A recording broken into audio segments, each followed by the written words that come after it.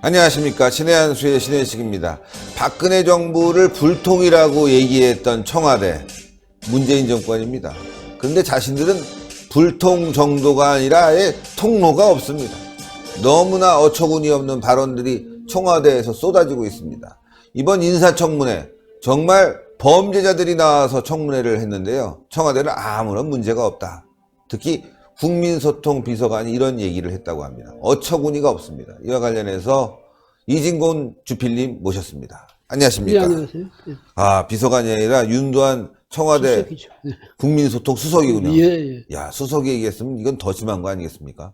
그런데 국민 소통을 한다면서요. 그런데 네. 왜냐하면 이 정권이 이제 과거 정권들은 이 소통이 안 됐다 이래서 소통을 특히 강조를 했는데 문 대통령도 뭐 기자회견을 자주 하는 것 같지도 않고 거의 안 하죠. 예. 그다음에 국민 소통도 보니까 무슨 뭐 얼마 전에 이제 어제입니까 이 시민사회단체들하고 네, 이제 모여서 한 정도입니다. 네. 근데 그건 아마 자기 편 들어줄 것 같으니까 그랬고, 그런데 이 정말 소통수석이라는 분이 얼마나 한심한 이야기를 하느냐면, 이를테면 이런 겁니다. 조동호 그 과기부 네. 장관 후보자가 이제 뭐 그런 문제, 또 최정호, 그 양반 최정호 저 건설교통부 장관 후보자는 이제 자기가 스스로 사퇴했는데, 네. 특히 집을 세 채 가졌다. 이것 때문에 말씀이 네. 많았잖아요. 근데 첫날은 뭐 국민한테 송구하다는 말이라도 하더니 그 다음날은 뭐라고 했냐면 이 윤도한 수석이 그 집을 개인적으로 집을 세 채 가진 게 이게 무슨 뭐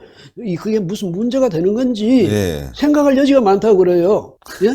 그러면 현 정부는 8.2 무슨 대책이니 9.13 대책이니 부동산 대책을 네. 해가지고 투기 잡겠다고 왜 그랬습니까? 그러면 놔두면 되지. 세 채 가진 게 문제가 안 되면 그렇잖아요. 네. 근데 국민들한테 왜 닥달합니까? 왜 세채 뭐 부동산 갖지 마라. 그 다음에 옛날에 장하성 전 청와대 정책실장 같은 분은 뭐라고 이야기했냐면 내가 저 강남에 살아봐서 아는데 네. 그래서 하는 말인데 네. 강남에 꼭 살 필요 없다. 그럼 자기는 왜 강남에 왜 삽니까? 샀어요? 네. 그 다음에 또 그런 말을 이런 말이나 마찬가지예요. 자기가 돈 많잖아요. 되게 한 100억쯤 되죠. 그래서 네. 그분 내가 돈을 좀 많이 가져봐서 아는데 돈 뭐 그거 가질 필요 없습니다 하는 말이 똑같죠. 왜냐면 자신이 가지고 누리고 있는 걸 남한테 누릴 필요가 없다고 말하는 그런 사람이 현재 자기들 스스로 언필칭 진보 정치 세력들입니까?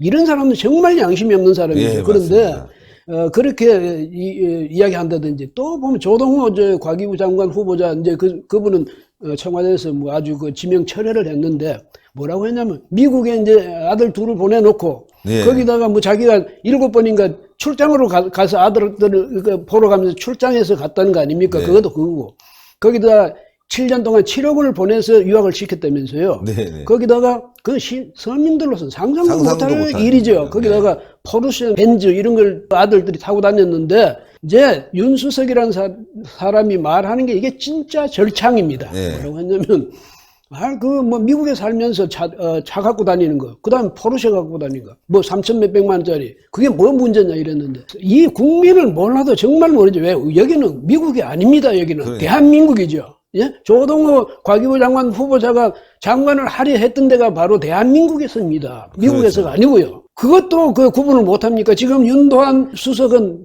미국의 수석입니까? 한국의 수석입니까? 그러면서 여기 대한민국에서 포르쉐 타고 다니는데 그거 별거 아니라고 말할 수 있는 사람 몇 사람 됩니까? 그러니까요. 예? 그 서민들 그야말로 염장을 지어서 볼 수가 지르는 거죠. 있지. 예. 어떻게 이런 사람이 다른 것도 아니고 소통수석이라면서요. 소통수석. 아. 예? 이런 사람이 대통령을 보좌하고 있으니까 대통령이 국민의 현재 살림살이라든지 심정이라든지 이런 걸 어떻게 할 수 있겠습니까? 예. 예. 아, 저 어이가 없는데요. 외국이니까 당연히 외제차를 샀을 것이다. 미국이에요. 기아차 많이 팔리고 현대차 많이 팔려요. 물론 그거 타란 말은 아닌데 포르쉐를 탔다는 게 문제가 되는데 이제 3천만 원짜리 차는 큰 문제가 안 된다 이렇게 얘기했습니다. 여러분들 미국 사람들도요 포르쉐는요 비싼 차로 압니다. 그리고 포르쉐가 왜 비싼 줄 아십니까? 차 가격도 가격이지만요 유지비가 많이 들어요. 부품값이 엄청 비쌉니다. 다른 차량들은 엔진 오일 가는데 뭐 몇만 원 뭐 정도 든다, 10만 원 안쪽에 더 든다. 이거는 몇십만 원 그냥 넘어가고요.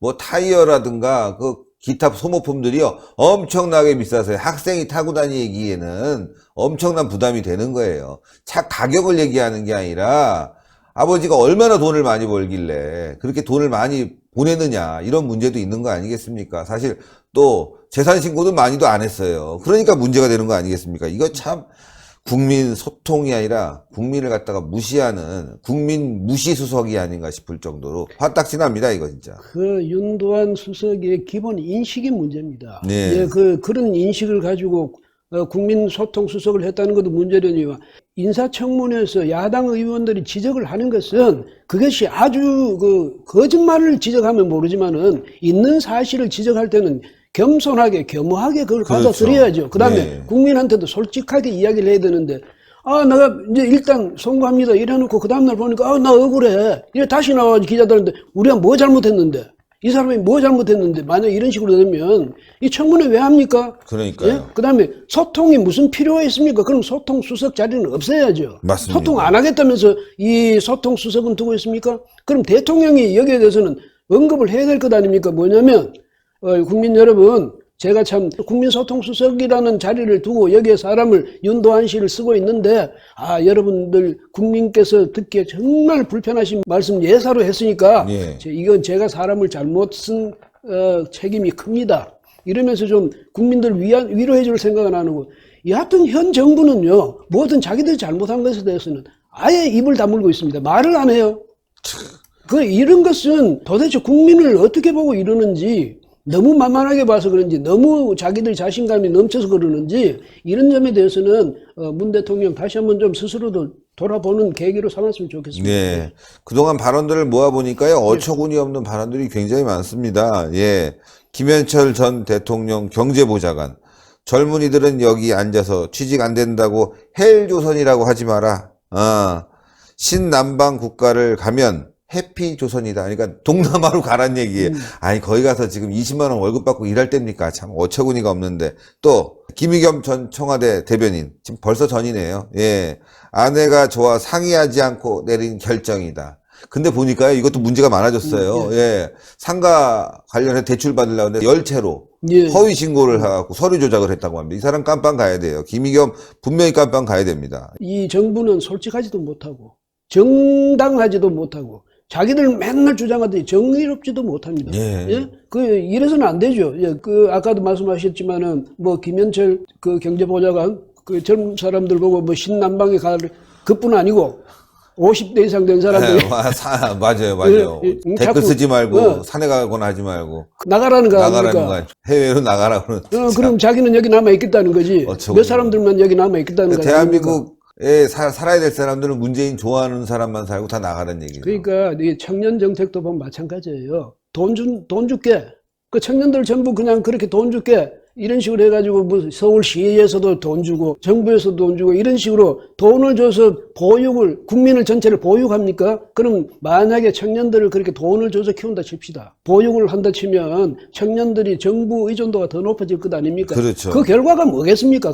우리가 늘 염려해왔던 그런 전체주의적 체제가 되는 겁니다. 왜? 네, 정부가 맞습니다. 전적으로 모든 것을 다 통할하고 국민에게도 정부가 뭐든지 주면 국민은 정부가 주는 것만 받아 먹어야 되고 이런 사회가 되는 거예요. 네. 활력을 잃은 사회. 네. 정부가 스스로 이렇게 해서 되겠습니까? 그러니까요. 그래서 그런지 말이죠. 청와대에서 열린 시민사회 대표자들 간담회에서 엄창환 전국 청년 정책 네트워크 대표가 눈물을 흘렸다고 합니다. 야, 그러니까 청년들 일자리가 없다. 예. 정책 좀 제대로 해달라. 이런 얘기를 하면서 눈물을 흘렸답니다. 우리가 네. 호소할 때도 없고 예. 정부가 과거 정부 그랬는데 현 정부도 우리를 외면하기는 마찬가지고 우리 호소할 때도 없다. 그다음 정부가 그동안은 뭐 청년들 위해서 굉장히 일해줄 것처럼 했는데 하나도 우리한테 도와주는 게 없지 않느냐. 우리는 어떻게 했냐. 뭐 이것 때문에 이제 답답해서 울었는데 뭐 울 수도 있는데 저는 생각할 때 그런 자리에 가서 대통령 앞에서 울어서 되는 문제가 아니고 대통령한테 따져야죠. 청년의 기회가 있다면 대통령 어떻게 오늘날 정책을 이 모양으로 만들어서 맞아요. 일자리를 따져야죠. 이렇게 없앱니까? 그렇게 따져야 될 그다음에 소득 주도 성장 정책 포기하십시오. 네. 최저임금 대폭 인상 포기하십시오. 뭐 이렇게 하면서 따져야 될 텐데 거기에서 징징 울기만 하면 대통령 아이고 가엾어라 너는 봐줄게. 청년은 뭐냐면 누구보다도 용기 있게 패기 있게 앞으로 나아가는 게 청년 아닙니까? 네. 근데 우리 정부가 정말 잘못한 것은 청년들한테 뭐 50만 원씩 이렇게 줘가지고 우선 다독거리겠다. 그게 아니고 청년들이 마음껏 공부하고 연구하고 네. 일할 수 있는 터전을 마련해 줘야죠. 그렇습니다. 근데 이 정부 거기에 대해서 완전히 무능을 드러내고 있지 않습니까? 네. 뭐냐면 뭐 소득 주도 성장한다 이래가지고 소상공인들 자영업자들 일자리가 다 뺏어버리고 예? 그 다음에 뭐 최저임금 갑자기 인상시켜가지고 우리 젊은 사람들 그래도 공부하면서 일하고 이러면서 또 취업 준비하면서 일하고 할 수 있는 그 아르바이트 자리 다 뺏어버리고 그러니까요. 예? 이런 정부에 대해서 청년 대표가 가서 울고 호소해서 되겠습니까? 그래서 맞습니다. 저는 정말 기가 막힙니다. 이런 우리나라가 어쩌다 이렇게 됐는지 이 점에서 정부가 할 수 있는 역할이라는 것은 이런 청년들이 패기 있게 살도록 해줘야 될 텐데 그러니까요. 아까도 말씀드렸지만 외국에 나가라 뭐 심남방에 나가라 그 다음에 50대 이상도 나가고 그럼 누가 삽니까? 여기는 누가 살라? 자기들만 살라고? 자기들만. 예, 네. 그래서 이런 식의 의식을 가진 정부가 앞으로도 저는 기대하기가 어렵습니다. 왜 이런 사람들은 이 좌파들은요 자기들이 무슨 신조라는 게 있으면 오직 직진밖에 없습니다. 이 사람들은 왜 솔직하게 인정할 수도 없으니까 우리가 절대 잘못할 리가 없다는 거 그런 철저한 믿음이 있으니까 이 사람들은 계속 이 길만 갈 거라고요. 그래서 문재인 정부 앞으로도 보나마나다. 저는 보나마나다. 예. 예. 감사합니다. 예. 예. 보나마나입니다. 이겨야 되겠습니다. 예. 감사합니다. 고맙습니다. 예. 예, 여러분들, 아이고, 청년 대표가 오죽했으면 울었겠습니까? 예, 기자들은 이걸 제대로 보도해야 되는데 또 나가버렸다고 합니다. 아마 박근혜 정부에서 이런 일이 있었으면 아마 그냥 대서특필되고 9시 뉴스 뭐 계속 나오고 신문 지상에 계속 나오고 그 청년 사진 나가고 막 영웅되고 언론이 썩어서 큰일 났습니다. 예, 바로 잡아야 되겠습니다. 신의 한수만 보시면 됩니다. 동그랗게 올라가는 구독 버튼 꼭 눌러주시고 추천 버튼, 댓글로 여러분들의 응원 많이 부탁드리겠습니다. 오늘은 이렇게 빨간 넥타이, 빨간 모자. 선거에 이겨야 되겠습니다. 대단히 감사합니다. 예, 감사합니다. 고맙습니다.